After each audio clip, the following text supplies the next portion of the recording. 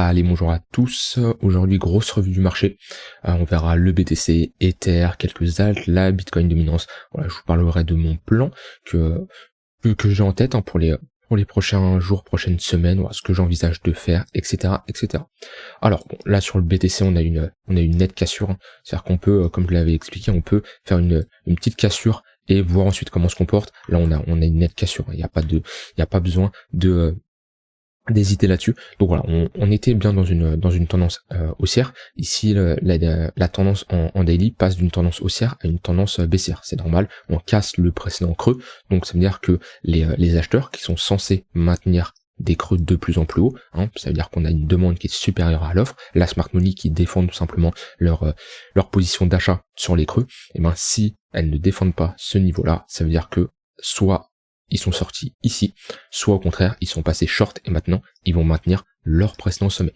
Donc ici, dans une tendance baissière, on est censé instaurer des sommets maintenant et des creux, de plus en plus bas. Donc tant que je ne vois pas ici une accumulation, un W, comme on a fait ici par exemple, ici on a un magnifique W que personne n'a parlé, mais il y avait une grosse opportunité, creux, sommet, creux, ici sommet plus haut que le précédent. Voilà, si on ne refait pas ici une structure en W, quelque chose qui me montre tout simplement que on est dans une zone où il y a de la demande qui est supérieure à l'offre, et ben il n'y aura pas d'opportunité pour se placer en longue. Donc selon moi, toutes les opportunités, tous les rebonds qu'on va voir, ça sera des opportunités de short. Alors est-ce que c'est le moment de short ici? Non, c'est pas le moment. Pourquoi? Parce que shorter ici, c'est tout simplement FOMO. C'est-à-dire que c'est comme si vous êtes en train de long sur ce genre de niveau de prix. Alors, le prix a déjà bien dump.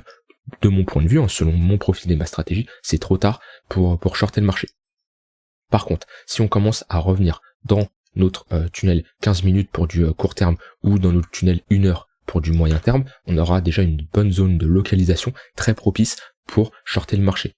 En mettant ça en confluence avec un tunnel weekly, voire un tunnel daily, on peut avoir des opportunités pour tout simplement short le marché. Bon, pour le moment, moi j'attendrai que le marché, voilà, il fasse son petit rebond. Donc par exemple déjà sur du plus low time frame, ça m'étonnerait qu'on y vienne dans la journée, mais on sait jamais. Enfin, je dis ça m'étonnerait qu'on y vient, mais j'en sais rien. Si on y va en tout cas, cette zone des 20 700$, ici j'ai une confluence, tunnel 15 minutes plus tunnel 15 minutes plus point pivot daily, et moi ça sera une zone propice à du short. Comme on le voit, le tunnel 15 minutes c'est lui qui lead la tendance depuis un moment. Ici ça fait office de résistance, hop, ici on l'a à peine touché, mais point pivot daily, tunnel 15 minutes qui fait office de résistance. Si on y va ici, il y aura clairement une opportunité de short pour une poursuite de notre tendance baissière. En tout cas, sur du court terme, voilà, pas besoin que je vous fasse un schéma, vous voyez bien que la tendance est baissière, donc on joue toujours dans le sens de la tendance. Et vous voyez que en quelques heures, quelques jours, on peut switch d'un sentiment, que ce soit bull ou bear. C'est ça le principe, Moi, j'analyse ce que me donne le marché. Et le but, c'est de s'adapter rapidement. Ici, pendant toute cette période, j'étais bull, je cherchais des zones d'achat pour rejouer une continuation de la poursuite haussière. Maintenant, la tendance est bear. Et moi, je vais tout simplement jouer des shorts pour accompagner cette tendance jusqu'à qu'il y ait un essoufflement. Dites-vous que une tendance haussière, c'est composé de plusieurs mouvements à la hausse, donc c'est plus simple d'anticiper, pas spécialement d'anticiper, mais de jouer une tendance haussière, puisqu'on va avoir plusieurs mouvements à la hausse. Ici on en a un, ici on en a deux. Que jouer une inversion de tendance, ça veut dire shorter ici, c'est compliqué, parce que ceux qui ont shorté ici, ils se sont fait rec tout simplement. Donc jouez toujours dans le sens de la tendance. Ne cherchez pas ici à trouver potentiellement le bottom de marché. Déjà pour le moment c'est beaucoup trop tôt. Je vous l'ai dit, si vous voulez attendre un bottom de marché, on attend qu'on structure quelque chose de bullish. Voilà, ici on avait une magnifique tendance baissière avec des creux des sommets de plus en plus bas. Ici on voit, on ne fait pas un creux plus bas que le précédent et on commence à structurer des W dans un grand W. Voilà, ça c'est le genre de bottom qu'on veut voir. Ici pour le moment ce n'est absolument pas le cas et on est clairement sur un flux, sur un momentum très baissier. On va voir ça sur le MACD. Ouais, on valide même pas ici de divergence haussière. On a carrément enfoncé le précédent creux. On fait un M sur le MACD. Voilà. Ici, c'est extrêmement bearish et c'est la même chose, comme je le disais ici. Là, je le disais clairement, ne luttez pas contre ce mouvement. Ça sert à rien de short. Et là, la même chose. Ne luttez pas contre ce mouvement à venir long le marché. Accompagnez-le et jouez dans le sens de la tendance. Donc, tout rebond dans ce tunnel, dans le tunnel 15 minutes pour du court terme, 1 heure pour du moyen terme et 4 heures pour du plus long terme, c'est des opportunités pour se positionner en day trading ou en swing trading pour shorter tout simplement le marché. Maintenant, moi, de mon point de vue, selon mon plan, ma stratégie en tant qu'investisseur, donc là on est vraiment sur de l'achat spot, accumulation, plusieurs mois, plusieurs années pour le prochain cycle. Si on revient dans cette zone, et moi j'aurai des opportunités pour me placer. Déjà, si on revient faire ici notre week of check de notre précédent W, hop, et moi il y aura une opportunité ici de me positionner pour de l'achat spot. C'est voilà, j'ai pas de stop loss, c'est tout simplement de l'accumulation. Ici il y aura clairement une opportunité. Voilà, c'est comme ça, c'est mon plan. On est sur un W weekly, qui est une structure de retournement. En général, quand on fait un W weekly, on peut le voir sur voilà, comme ici. Et ben, si on revient chercher notre ligne de coup, il y a une opportunité. Je dis pas qu'on va faire la même chose, je dis pas qu'on va avoir le même scénario où hop, on mèche et on repart à la hausse, mais en tout cas, moi ici j'aurais je vais pas all-in, hein, je garde toujours une partie de mon capital au cas où on va plus bas. Mais ici, j'aurai clairement une zone pour accumuler. Maintenant, la psychologie, c'est ça qui va poser souci, parce que ici, on était dans cette zone, hein, tout le monde parlait le BTC à 14K, c'est pas le moment d'en acheter, il va aller à 14K. Et moi, je regarde toujours le marché, ce qu'il me donne d'un point de vue technique, et je m'adapte en fonction de ça. Vous l'avez vu à la hausse, tendance haussière, je cherche à longue, on passe en tendance baissière, je cherche à short. J'anticipe pas d'un point de vue technique là où va aller le marché. Par contre, d'un point de vue psychologie, on peut un peu se douter, c'est toujours une question de probabilité, hein, mais on peut toujours anticiper là où le marché, ce qu'il peut faire. C'est-à-dire que là, tout le monde parlait des 12-14K, que ça y allait, et je vous avais dit, hein, vous pouvez regarder mes précédentes vidéos, je vous avais clairement dit que pour moi, il y a moins de probabilité qu'on y aille maintenant, et qu'on fasse un rebond avant pour faire FOMO tous les gens, les faire acheter assez tard et les punir par la suite. Maintenant, si on retourne dans ce niveau de prix, parce que là, ça parlait de quoi? Ça parlait plus du bottom à 14K. Ici, ça parlait du bottom à 17K. Et qu'est-ce que ça disait? Oui, si on retourne à 17K, je raccumulerai parce que finalement, je me suis trompé sur les 14K. Ce qu'il faudra regarder, c'est que si on y va, si on y retourne, voilà, sur cette zone, hein, on n'y est pas long, on est à $2000 près. Si on y va, comment les gens vont réagir? Est-ce que ça va être en mode buy the dip, c'est le moment, ça y est, faut acheter? Si c'est le cas, il y a de grandes chances qu'on aille plus bas. Voilà, structurer quelque chose de plus bas pour les faire vendre tout simplement plus bas. Si par contre on retourne dans cette zone et ça y est, tout le monde dit ah finalement je voulais acheter à 17K mais je trouve que 14K c'est mieux, on va y aller, et on pourra potentiellement poser un bottom là-dessus. Ce qu'il faut surveiller, c'est notre structure weekly. Pour moi en weekly là, il y avait une opportunité de tendance haussière, ok, creux sommet creux ici. Le fait de casser le précédent creux, pour moi actuellement on est dans un range précédé par une précédente tendance baissière. Donc clairement sur résistance, c'est plus intéressant de short parce que vous jouez sur les extrémités d'un range qui est précédé par une tendance baissière. Donc vous augmentez votre probabilité ici de short. Maintenant voilà, on est dans un range, et si ce creux veut être défendu, donc c'est cette accumulation qu'on a faite ici, on doit absolument maintenir, hop, dans nos zones de rechargement ici, on doit absolument maintenir un prix à l'intérieur. C'est ici qu'un bottom doit être posé par les institutions s'ils veulent maintenir ces creux plus haut que les précédents. Ces creux ici on a un creux majeur quand même, on a une belle structure. Si on veut maintenir ce niveau-là, il faut absolument que cette zone de rechargement soit maintenue. On va regarder d'un point de vue volume profile. Ici on a un déséquilibre de marché, donc c'est une zone qu'on peut potentiellement venir combler, qui est en confluence avec notre zone de rechargement. D'un point de vue volume profile en weekly, voilà, ici on a un parfait trou dans le volume profile, hein, qui est une zone qu'on va sûrement combler si on y va, voilà, histoire de remplir ce volume profile. Et ici on voit qu'on a ici également un trou dans ce volume profile, donc si on a une cassure de ce bottom là, et ça aurait du sens de venir poser un bottom à l'intérieur pour tout simplement combler ce gap dans le volume profile. Et ici on a ici également un trou. Donc si on casse les $25 000, c'est vrai qu'on pourrait également aller très vite aux $28 000, et pourquoi pas revenir consolider ce gap après. Mais en tout cas, dites-vous que ce développement de prix, hein, dans le volume profile, c'est des zones de support et résistance. Voilà. Si on casse ce niveau-là, on peut très vite aller également à ce niveau-là, mais en général, c'est des zones aussi qu'on comble, parce qu'on n'aime pas laisser des zones où il y a eu très peu de business. Ouais, j'ai dit un peu tout ce que j'avais envie de dire sur le BTC. Sur Ether. Hop là. Alors, sur Ether, on n'a même pas cassé ici notre précédent sommet. Voilà, on a eu une période d'hésitation, on est resté sur résistance. C'était vraiment un sommet majeur à venir défendre, comme ces sommets-là. On a quand même ici structuré un W. Hop, donc pareil, si on revient chercher une autre ligne de coup, c'est clairement quelque chose d'intéressant pour accumuler sur du long terme. De toute façon, je l'ai toujours dit, mais un Ether au niveau des 1200-1300 $, c'est une très bonne zone d'entrée pour de l'achat spot. Alors, je parle pas de levier ou autre. Maintenant, sur Ether également, on est toujours dans un très gros range. Voilà. Avec ici notre borne basse et ici notre borne haute.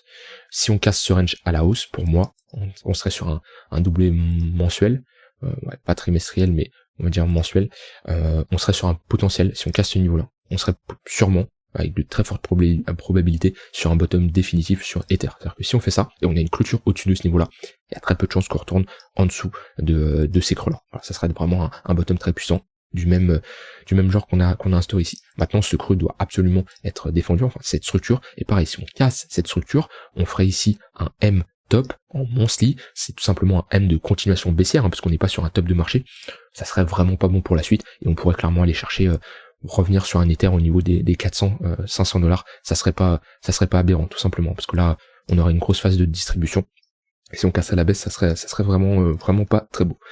Le marché des alts, il réagit bien à cette baisse, on voit que le BTC a plus pris cher que les alts.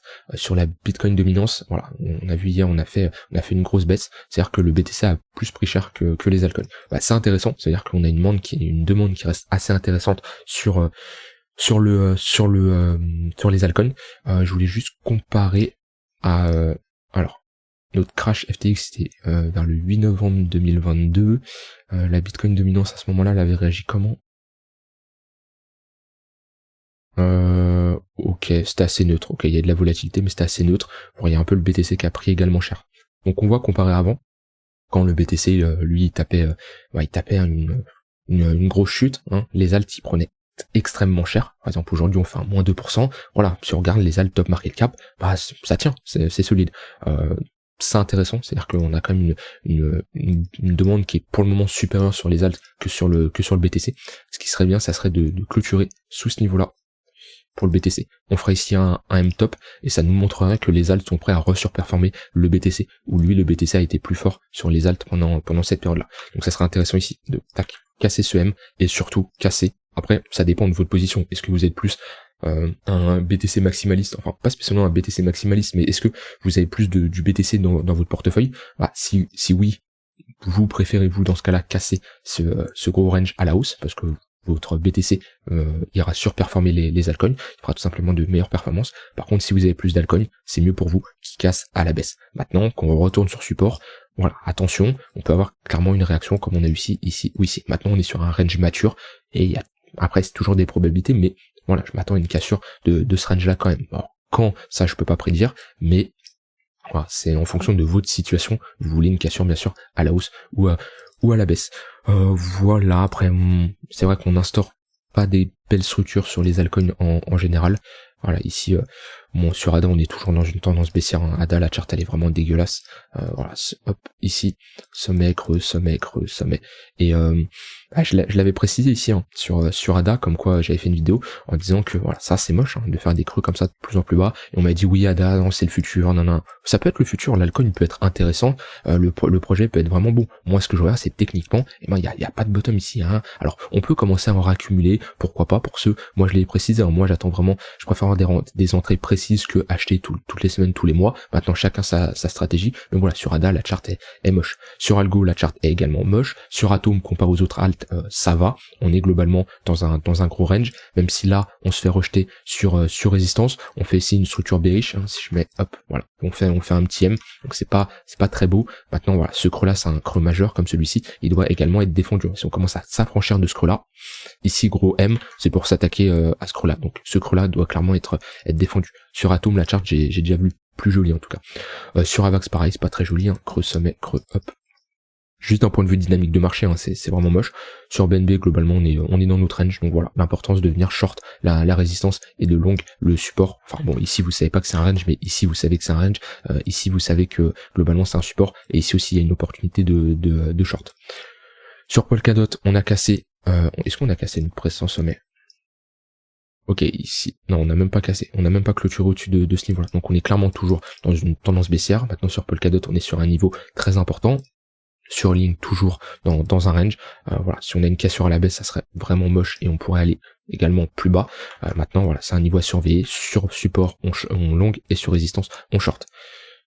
Sur Matic est très puissant, toujours en tendance haussière. Donc là, il y a des opportunités de swing trading pour jouer dans le sens de la tendance. Donc quelqu'un qui veut prendre un long sur des niveaux intéressants, on se situe où on se situe pile dans nos tunnels daily plus 3 jours. Donc voilà, si dans les prochains jours, on structure quelque chose comme ça, un W, quelque chose qui nous montre qu'il y a de la demande, et voilà, comme on a fait ici, W, et ben là on peut avoir une opportunité pour jouer une poursuite de notre continuation haussière. En plus on est dans nos zones de rechargement de Fibo, voilà, si on vient chercher la liquidité ici, hop, qu'on réintègre et qu'on structure, ça peut être clairement intéressant. Sur sol ici, on a fait une phase de distribution, on s'est fait rusher dans nos tunnels daily, donc clairement la tendance est pas très jolie. Ouais, c'est pas très beau ce qu'on voit. Sur TRX, alors lui TRX c'est un range, alors voilà, on a une compression, c'est un range des sommets de plus en plus bas, des creux globalement assez plats, on a une compression sur TRX, et sur XRP, pareil, on est dans un range ici, voilà, avec une déviation au nord. Voilà, donc petit récap de toutes les altes, hein, sans rentrer dans les détails, mais moi, qu'est-ce que je ferais à votre place actuellement? Enfin, moi, qu'est-ce que je fais et qu'est-ce que je ferais, oui, si j'étais à votre place? Bah, pour le moment, je ne ferais rien. C'est-à-dire que si vous êtes bull, bah, j'attendrai une accumulation, un marché horizontal, comme on a connu ici, pour potentiellement avoir une accumulation et une poursuite haussière. Si vous êtes bear, et ben j'attendrai des rebonds pour jouer un potentiel setup de continuation de tendance baissière. Voilà, globalement, mon point de vue sur la situation. Maintenant, voilà, si vous êtes en levier, bah, peut-être que vous avez pris votre stop là. Si c'est le cas, bah, passez à autre chose. C'est comme ça, next. Hein, le but, c'est ça sert à rien d'être focus à chaque fois sur un trade qui soit perdant ou gagnant. On passe à autre chose. Revoyez peut-être quelque chose qui n'était pas bon. Ça soit votre sizing de position, ça soit votre entrée. C'est ce que vous avez respecté votre plan ou votre stratégie. Et si vous êtes en spot, bah, est-ce que vous êtes rentré en spot pour jouer une tendance haussière comme on a eu ici? C'est-à-dire on peut rentrer en spot ici pour jouer, voilà, ici on a fait un plus 40%, plus 50%. Voilà, si vous êtes rentré ici, si vous n'avez pas pris de profit ici et ici, enfin quand je dis ici, c'est globalement sur la montée, si vous n'avez pas pris de profit, bon, peut-être se remettre en question sur votre stratégie, à moins que bien sûr ça soit pour de l'accumulation très très long terme, où vous, c'est vraiment, vous jouez sur du très très long terme. Mais voilà, le but c'est, remettez-vous en question, mais ça sert à rien de regretter, maintenant c'est fait, passez à autre chose et anticiper vos zones d'intervention au cas où on y va pour les prochains jours, prochaines semaines. Voilà, j'ai terminé pour cette vidéo un peu plus longue que d'habitude. N'hésitez pas à me dire ce que vous en avez pensé et vous, ce que vous en pensez de la situation. Les news, ils sont un peu négatifs là. J'ai vu aussi que Biden au State là, il annonce le passage des taxes sur les plus-values de 20% à 40%. Donc c'est pire qu'en France, ça fait un peu beaucoup. Et surtout, il veut, c'est pas encore fait, mais il veut taxer de 30% l'électricité utilisée pour miner, parce que d'un point de vue écologie, c'est pas trop ça, d'après lui. Donc voilà, à voir. En tout cas, les news en ce moment, c'est pas terrible. C'est pas terrible. Voilà, je vous souhaite un très bon week-end. De toute façon, on se retrouve demain pour une prochaine vidéo. Bye bye.